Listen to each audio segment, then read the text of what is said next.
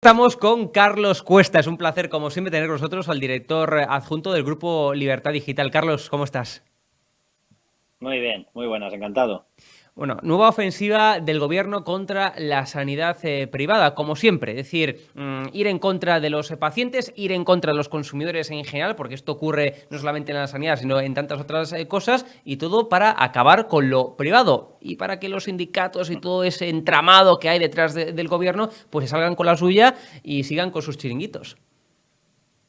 Mira, esto, fíjate, yo casi lo calificaría más que de golpe a la privada, que efectivamente ellos, con sus Sí. obsesiones, van contra la privada.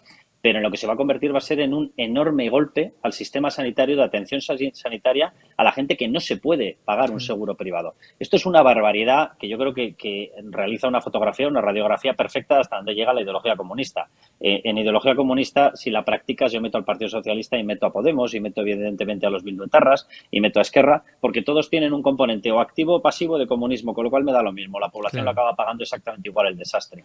Y esta gente está dispuesta a que los hospitales públicos puedan derivar cuando tienen saturación, no puedan derivar, esto lo está tramitando en estos momentos y negociando el Partido Socialista con Podemos, no puedan derivar pacientes a la sanidad privada, aunque con ello desatasquen la sanidad pública.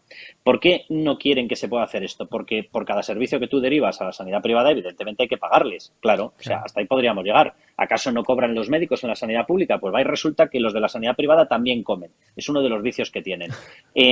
Pero si no los derivas, el atasco y las listas de espera va a ser muy superior. ¿Dónde? ¿En la sanidad privada? No, en la sanidad pública. A los que van a condenar a tener una asistencia sanitaria peor va a ser a la gente, a la pobre gente que no se puede pagar un seguro privado. Y les Claro. da lo mismo en sus obsesiones con tal de destrozar al sector privado. Son capaces de llevarse por delante a ese pueblo al que aseguran proteger y al que aseguran que le han tejido un escudo social. Ni escudo social ni historias. Quieren a la población para saquearla fiscalmente. Y a partir de ahí les importa un soberano comino si su lista de espera es de 150, de 180 o de 300 días. Les da lo mismo. Con tal de que uno de los duros, uno de los euros, no acabe en la sanidad privada. Y dices, pero vamos a ver, hijo mío, a ver cómo te lo explico.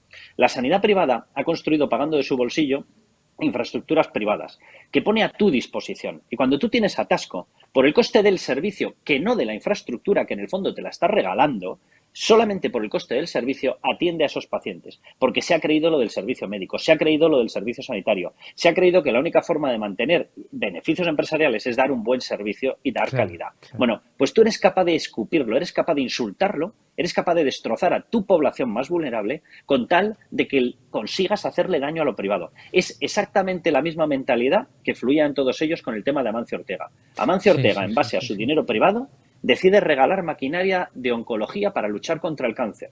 Regalarla. Y salen todos en redes sociales a insultarle porque lo ha hecho un rico. Mire, él será rico, por supuesto, se lo ha ganado, por cierto. Aquí el problema es la ilegalidad, no la riqueza. La riqueza es una absoluta bendición.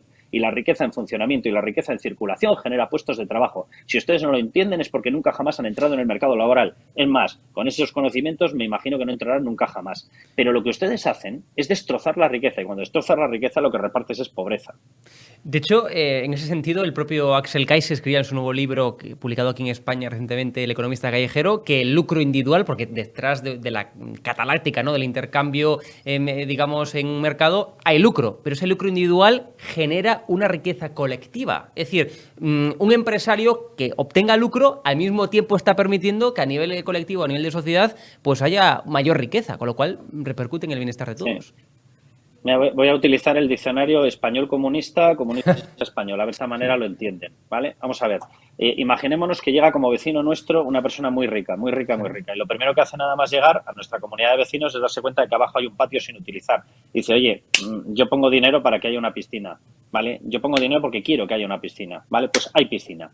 Y esta persona además va y resulta que le gusta desayunar muy caro, comer muy caro y cenar muy caro en restaurantes. Y en ese barrio no había ningún sitio donde poder hacerlo. Y como llega esa demanda, se empieza a generar un restaurante. Y el restaurante contrata cocineros. Y el restaurante contrata camareros. Y el restaurante contrata aparcacoches. Se llama empleo. Señores comunistas, se llama empleo.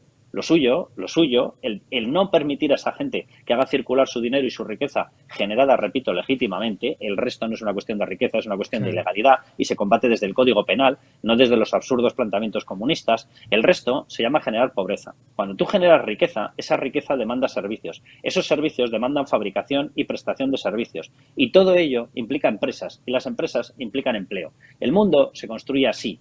y el mundo se destruye desde el comunismo. O sea, esta gente no ha llegado a entender absolutamente nada, repito, porque nunca jamás han trabajado en nada. Y no me extraña. Si yo los hubiese tenido un proceso de selección, vamos, os puedo asegurar que contrato a cualquier persona antes que a ellos. Porque con los conocimientos económicos destructivos que tienen, son capaces de cargarse hasta la empresa monopolística más bollante. Totalmente. Publicas en Libertad Digital, está en portada, que Sánchez prepara el proceso a Vox, ofrece a separatistas y Bildu acusar a Abascal de apoyar la violencia. A ver qué me entere, Carlos. O sea, están diciendo que Bildu va a acusar, o sea, Bildu, es decir, el brazo político de una banda terrorista ETA que ha dejado más de 900 muertos aquí en España asesinados, va a acusar a Vox, a un partido constitucional, a un partido que no es el brazo político de nada, de fomentar la violencia. Sí, sí, sí, tú lo has entendido, yo todavía no lo entiendo, Hugo, O sea, pero vamos, no, me no entiendo. imagino que tienes que meterte en la mente de Pedro Sánchez para comprenderlo. Vamos a ver, este señor, con tal de permanecer en el sillón de la Moncloa, es capaz de retorcer hasta una viga de acero, le da olímpicamente lo mismo. O sea, ¿qué es lo que pretende hacer? Le ha ofrecido un documento a todos los separatistas, donde evidentemente están los separatistas con un pequeñito matiz, ¿verdad? Lo digo con toda la ironía, separatistas proetarras. Entonces, lo que les ha ofrecido es que firmen una declaración en la que, según ellos, puesto que Santiago Abascal o Vox trasladó en el año 2020 una proposición de ley para que los partidos que fueran destructivos de la Constitución y de España fueran ilegalizados, según Pedro Sánchez, eso implica y eso significa que en ese momento lo que estaba intentando era expulsar a partidos políticos del arco parlamentario español, ¿vale? De ahí hacen un salto, un triple salto mortal y dicen, eso significa que es dictatorial, ¿vale? Y que plantea un discurso de odio, ¿vale? Y de ahí hacen el enésimo triple jiribiki y ahí dicen, claro, si es dictatorial y además plantea un discurso de odio, está claro que lo que está pretendiendo en estos momentos y lo que está persiguiendo es generar o apoyar la violencia con tal de expulsar a partidos. Y esto se lo está ofreciendo a firmar a Bildu, el partido de Otegi, condenado por haber estado en grado de dirigente en una banda terrorista. Vamos para bingo.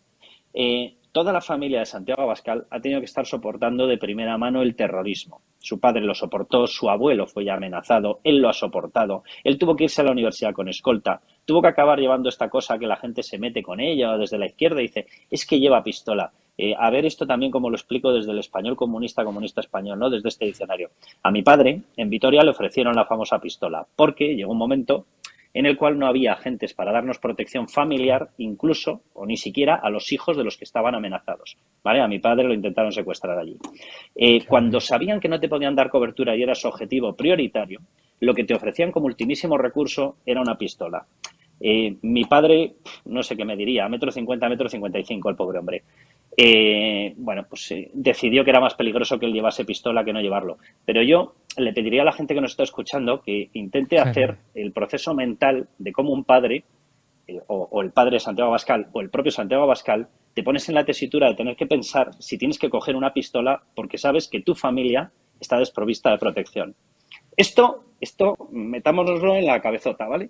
Y a partir de ahí hagamos el proceso de reflexión de cómo se tiene que estar sintiendo en estos momentos una persona como Santiago Abascal cuando resulta que le inicia un proceso por respaldar la violencia el partido de Arnaldo Otegi. O sea, hagamos el proceso e intentemos por un momento meternos en la cabeza de cómo se tiene que sentir, ojo, Santiago Abascal, los miembros de Vox o la población que respalda a Vox precisamente para que acabe con el terrorismo y con la violencia. Joder, es que es alucinante.